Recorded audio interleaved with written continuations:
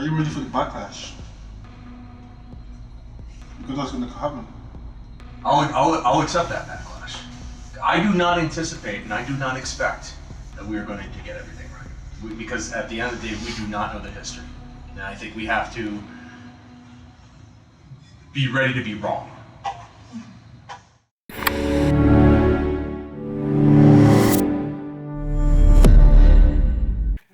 Welcome to Inside the Queue, where we deep dive in some of our past episodes. My name is Ryan Dolly, and I am here with Mike Berlin. That's me. That's my name. That's I. That's I. Hi. How's it going? Good, man. How you doing? Doing well. Thanks for having me. Of course. I couldn't have anybody else for this one. Probably not. No. Probably not. No. Yeah. We're going to talk about Erielhonan, the episode where we kind of explored what Erie really means and where Erie came from. Why this topic? Erielhonan actually was the first topic I knew was going to be a Chronicles episode. Nobody is on the team yet when it starts. And I sort of came off with a very simple question of like, what does Erie mean? Which you see a little bit in the episode.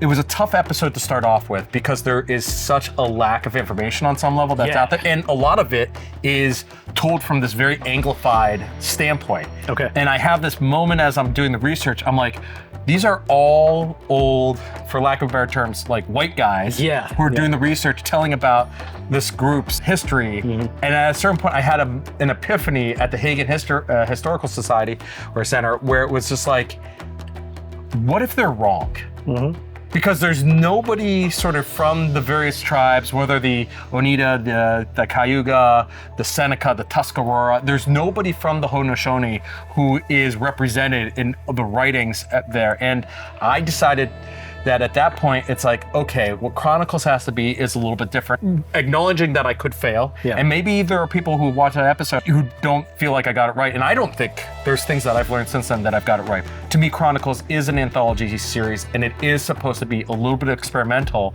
not just in the filmmaking standpoint, but also about how we are looking at information that we once thought we had a firm grasp of. You guys are in the office, and there's a bit of a moral dilemma going on. Tell us a little bit about that. I hate trigger warnings. It's become a very popular thing to put into documentaries and films and shows. However, looking around the room at the time, it was myself, Kenna, Vlad, Braden, Will, Tom. You recognize that there is nobody who is the appropriate voice. There is a part of me that does not feel like we are the appropriate people to be sort of telling the story. However, here we are tasked doing this anthology historical docuseries, and so it was a different way of doing a trigger warning without doing a trigger warning, but being like, sort of talking to the audience in a way where it's like, we get it. Yeah. We understand there's a limitation here, but we think it's important to trying to identify and talk about this group. And so it was a little bit of a dialogue with the audience. You said you were worried about backlash, and you said you might get some backlash, and you know, you're prepared to take that. Did you get any backlash? We got a couple of emails. And there were some conversations. I feel like so much of the city and the counties, like the town forum, is played out on Facebook nowadays. And I know that there was I know that there were people who felt that it was grandstanding and pretentious. And by the way, maybe it was. I don't know. All I can say is that the intent and the genuineness was there to try to just come from this standpoint. We never got any backlash from the various members because I got to go to a couple of the fireside chats and the powwows and everything like that, and have become friendly with various members of really Seneca and the Tuscarora, who are more representative here, and have grown a immense affinity the more that I've gotten to learn. And again, what I know is just the tip of the iceberg, but it's just like, these are incredible communities out there. And so I think maybe the one positive spin is I could say is that there's at least an appreciation for that episode and a respect that it's like, hey, you're trying. You're trying to understand and aware of my own ignorance. You asked the community, what does Erie mean? Yes. How many people did you go through that just had no idea? Almost everybody. Almost everybody. You had a couple in the episode that did know. There is some competing ideas of what the name actually means. And so for Erielhonan, to the various Haudenosaunee tribes, it's kind of the same thing. There are some words that they're more aware of, and obviously there's been such a misappropriation of their language that there isn't always a openness or eagerness to share some of this stuff with us. And I do not for 1 second blame the Haudenosaunee tribe for safeguarding that information. What's the biggest thing that you came out of this episode learning? Wipe the slate clean. I don't know anything. That is really what I walked out in.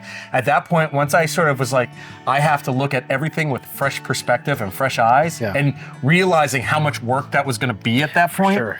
In its own way, for me, Erielhonan is the most important episode. I think it's important because it is so important and integral, not just to who the Haudenosaunee are, but who we are from Erie. And it also, it's like wiping the slate clean mentally and knowing that it's like, I don't know jack. And that's okay sometimes. You know? And living, you gotta learn to be okay with that. Exactly. It's like I'm an idiot. It's like, I gotta be okay with being an idiot. And hopefully, you know, as I piece together the information, I'm gonna be a little less of an idiot. Exactly. Still probably gonna be an idiot. I mean, but hopefully less so. You'll be a more informed idiot. I'll be a more informed idiot. Yes. I will graduate from idiot to moron. I like that. I like that. You've done well with that. Thank you. Cheers. Thank you. I think. Okay. So tell us a little bit about who you interviewed and, you know, what kind of information they brought to the table. Oh my God. Let's start with Joe Stallman. Joe Stallman is incredible. And Joe has been all over the country, and he is, at the time, he was the curator for the museum out there, which, if anybody who lives locally, it's a stone's throw drive away from us. In Waterford, right? In Salamanca. Joe Stallman is amazing. Joe is one of those people you meet in life, and it's just like, you are just so wise. And so smart. It's like, so I'm just trying to keep up with you. And you can tell that from the interview too. That guy knows a lot. And knows a lot, has seen a lot. It just has his moral compass is everywhere that you want it to be.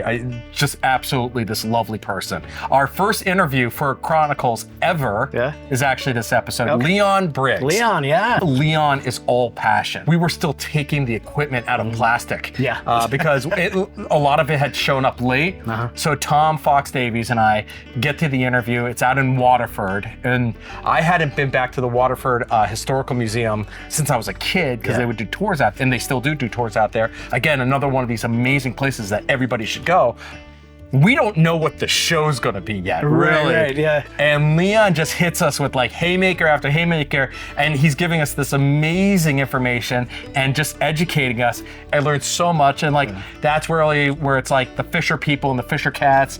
There was a lot I took away from Leon. That was like, that is great. And we interviewed Leon again for a later episode. And then we had Will Meyer, professor at Mercyhurst, Will had a real strong understanding and a strong connection to the various tribes and was more versed in the linguistics of it. So it made sense for us based off of just where the episode started, what it meant to go to him. And then it turned out he had so much more to add to it. This last week, we find that there's a storyteller down in Pittsburgh who used to live up in Erie. And it's a team of just Kenna, Braden, and myself. And I'm in the post-production, and I kind of feel like the interviews I've got are great, but there's some things that need fleshing out, and I'm editing. I'm in the middle of the edit, and again, early days, so we're still sort of working through our process. And we get a call, and I finally get this guy to call me back, and his name is Miguel. And so we go down and we film Miguel, and we just had this incredible 2-hour conversation with Miguel. And I think one of the things that's really important to talk about and to mention is that within a lot of the Indigenous community, the Erielhonan never went away. We look at things from a Western standpoint. We identify our history through war and through conquest.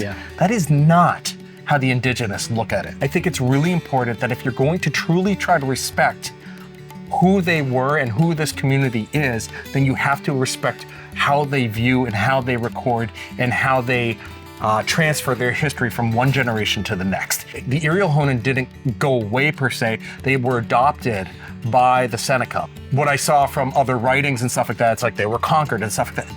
That is not how they look at their history. That is a very significant thing to keep in mind. Absolutely. So let me ask you something real quick. Yeah. What is it that you personally, because I just feel questions about critiques or like, but what is it that you liked about the episode? It was informative, and the people that you interviewed had so much knowledge about this thing that I had no idea about. You know, I mean, if you came up to me in the street and asked me what Erie meant at that time, I wouldn't have known. And it's like you said, like, I'm an idiot when it comes to this kind of stuff. I don't know the history. We'll be idiots together. It's okay. Yes. Idiotville podcast. There. Free plug. Free plug to Idiotville podcast. I would also, and I'll add this. I think living here and being part of, you know, the Erie community, I think there's a responsibility to each other. Not everybody has to be a historian. Not everybody has to be an author. But if you live a certain place, learn something about it. Absolutely. Learn to know a few things about it. Yeah, and that's honestly my favorite part of this job is learning so much about the region and like, you know, what we're doing I think is very important to the community. And I think it is. You know, I don't want to get too high on a pedestal and stuff like that, but it's just like, I think it's important whether people like the show or don't like the show, because we know that they're both out there. And, it's just about preserving the history. Exactly. It is, and that's the whole point. Yeah. Preserve these stories. Make sure that they're, you know, I always think of it like the game of Frogger, where it's just like, how can we take these stories and get them across the river to the next generation or the next storyteller or the next novelist or painter, or, you know, or musician, so that those stories are preserved. Tell us where people can find us on like social media and stuff like that. I'd love to, Ryan. Yeah. Chronicles is available on Passport. WQLN Chronicles. Check out WQLNchronicles.com, I believe, or .org. Okay. WQLN Chronicles at .org under the Chronicles page, and you can see every episode there. It's also available on our YouTube page, which I think you can just search Chronicles. WQLN Chronicles. Yeah, and it's also available on Passport. So if you're a subscribing member to WQLN PBS, which everybody should be. You should be, yeah. Then check us out on Passport, and you can also find a lot of our behind the scenes stuff on Instagram, WQLN Chronicles. You can find us on Facebook as well. So we have all kinds of stuff going on, and you can always, you know, keep up with us. And feel free to call or email. I do try to respond to a couple of them a week, and we love DM now. Or DMs or DMs. Slide into our DMs. That's exactly. Slide into Ryan's DMs, and you can find me at Ryan Dolly. That's a different show. We're going real inside. Okay. All right. Well, thanks for joining me, Mike. Thanks for having me, Ryan. Yeah, for sure. And we will see you guys next time on Inside the Queue.